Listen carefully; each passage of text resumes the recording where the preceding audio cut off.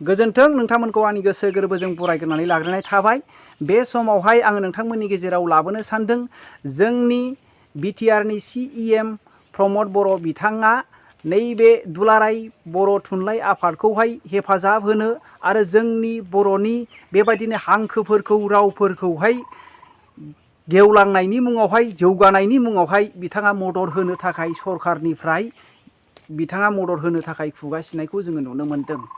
दिनैहाय जोङो नुनो मोनदों जोंनि बर' रावनि लिखित राव भाषा रायलायनो रोङै गोबांथार जोंनि बर'नि दैदेनगिरिफोरखौनो से नाम्बारनिफ्राय लानानै जोंनि मानगोनां बिटिआरनि सिएम प्रमद बर' बिथांमोनहानो लिखित भाषाखौ जोङो रायलायनो रोंजोबैखौ जोङो नुनो मोनदों।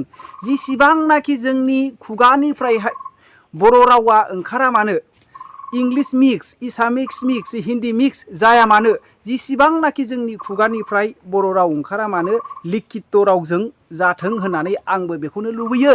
बिनिखायनो जोंनि नैबे दुलाराय बर' थुनलाइ आफाद बिथां आफादाव थानाय गासै सुबुंफ्रा जेन' लिखित रावै लिरनाय रावै बिथांमोनहा जेन' नैबे दैदेनगिरिफोरखौ सोलोंग्रोयो आरो बिथांमोनहा सेमिनार खुंनायनि गेजेरजों गाव गावखौ जेन' कारेक्सन खालामग्रोयो। बिनिफ्राय जेन' गासै जोंनि दुलाराय बर' जायगायाव थानाय गासै जायगायाव बर' रावखौ जेन' सोलोंनो हायो आरो फोरोंनो हायो। गोबांथार जों नुनो मोनो। आं माखौ रं हमदों होनब्ला प्रमद बर' मानगोनां बिथांनिफ्राय बिथांमोनहा माब्लाबाबो गौ खौ बाथ्राफोरखौ मोजां बाहायनो रोङा। एखेबारे खो गो बेबायदि बाथ्राफोरखौसो जों नुनो मोनो। बिथांमोनहा लिरनायावहाय कारेक्ट लिरजोबगोन, नाथाय दिनै बिथांमोनहा बुंनायावहाय मावनांगौ, बिथांमोनहा माब्लाबाबो बे बाथ्राखौ बांसिनानो बुंनाय नङा। मावनांगौ खालाम बेखौ होनना बुङोब्ला बिसोर बेखौ बिदिल' भाषा बुंनानै दोननायफोरखौ जोङो नुनो मोनदों। फर एग्जाम्पल नैबे इउपिपिएलनि युथ गांखंनि आफादगिरि रंगुल बर' बिथांमोनहाबो लिखित भाषा हिसाबै लिरनो रोंगौ, नाथाय सुइटेबोल गोदै बा कारेक्ट बर' रावखौ बिथांमोनहा रायलायनो रोङा। मानो होनोब्ला बिथांनि रावफोरखौबो जोङो गोबांथार खोनानो मोनो। रायजो राजाफोर खोथाखौ होननानै बिथांमोनहा बुंनो रोङा, खोन्थाखौसो होननानै बिथांमोनहा बुंगोन। माब्लाबाबो खोन्थाखौ लिरनाय नङा, खोथाखौसो लिरगोन। बिनिखायनो नैबे भिडिअनि गेजेरजों नोंथांमोनहा जेसेबां हायो एसेबां शेयार खालाम। नैबे जोंनि दुलाराय बर' थुनलाइ आफादा गासै दैदेनगिरिफोरखौहाय जेन' लिखित लिरनाय रावजों बिथांमोनहा जेन' बासन होयो, ससियेल मिडियानि गेजेरजों बुङो। बेखौनो आंनि तरफनिफ्राय आंनि फालरफोरा बेखौनो रिकुवेस्ट खालामहरदेरनाय खावलायहरदेरनाय थाबाय रायजो राजाफोर। बिनिखायनो नोंथांमोनहा जेसेबां हायो जेसेबां नोंथांमोनहा बे भिडिअखौ शेयार खालाम। दुलाराय बर' थुनलाइ आफादा मोनहैथों, मानगोनां प्रमद बर' बिथांमोनहा मोनहैथों। रायजो राजाफोर बिथांमोनहा मा भुल खालामो, लिखित रावजों बिथांमोनहा सावरायनो रोङो ना रोङा। नैबे जे भिडिअ क्लिप लाबोगोन बिनि गेजेरावबो फंसे फंनै नोंथांमोनहा फुल लिखित रावजों रायलायै नोंथांमोनहा मोननो हागोन। रायजो राजाफोर बर'नि सुइटेबोल राव नङा बियो। नैबे दा आं नोंथांमोननि गेजेरावहाय लाबोगोन, नैबेथ' एखेबारे बर' जानानैबो माब्लाबाबो नै बर' रोङैखौ जोङो नुनो मोनदों। बर'नि बांसिन माखासे गुबुन भाषाखौ सोदेरनाय आरो मोनसेबो एखेबारे लिखित भाषा ओंखारै बर'नि राव ओंखारजोबैखौ जोङो नुनो मोनदों। रायजो राजाफोर दिनैहाय मानि थाखाय आङो बेखौनो लाबोदेरनो सानदों, जोंनि बर'नि गेजेरावहाय मानो इसिबां गुबुननि हिन्जाव गोनांखाखौ लानानै खारनाय, गुबुननि फिसाय गोनांखाजोंहाय खारनाय बेफोरबायदिखौ जोङो नुबाय थायो। रायजो राजाफोर दिनैहाय जोङो स्टाडि खालामनानै जोङो नुनो मोनो गोबांथार जौ लोंग्रा बेबायदिनो खामानि गैयै फिसाय खामायनो रोङै हिन्जावफोर बिसिफोरखौहाय जोङो खारनाय नुदों, फिसाय खामायनो रोङैफोरनिखौ। आरो बेबायदिनो सोरबाया बिसिखौ न'आव गालांबाय, गुबुन जायगायावहाय खामानि मावहैबाय। बेफोर जाहोननि थाखाय गोबांथार गुबुना गुबुननि हिन्जावफोरखौ गावनि हिन्जावनिख्रुइहाय गुबुननि हिन्जावफोरखौ साबसिन नुनायनि गेजेरजोंहाय बेबायदि दोनखारनायखौ जोङो नुनो मोनदों। बेफोरखौहाय जोंनि आबसुआ गोख्रोङै एसे आखायाव लानाया मोजां। आं बिथांमोनखौ सोंखारिनो हास्थाया बे बुब्लियावहाय।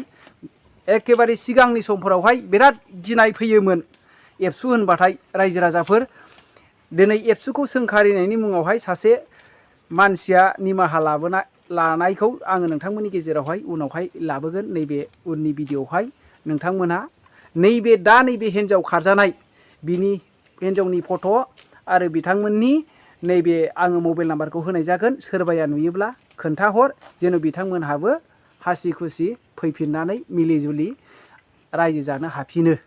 बेनोसै रायजो राजाफोर, नोंथांमोना भिडिअ'खौ नायलांदो।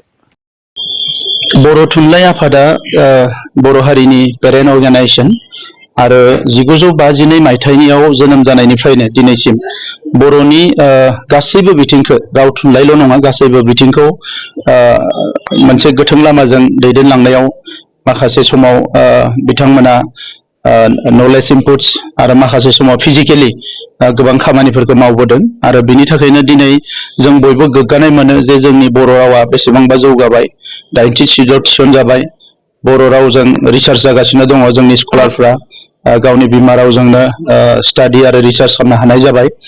दा नैबे समाव बर' थुनलाइ आफादा बेखौ मोनदांदों जे मोनसे माल्टिलेंगुवेल डिक्सनारि गोनां जादों। दा बेखौ बिथांमोना दिनैनिफ्राय बेवहाय मोनसे आबुं सेमिनार खुंनानै जोंनि बर'नि एक्सपार्टफोरखौ लानानै बे खामानिखौ आखायाव होबाय।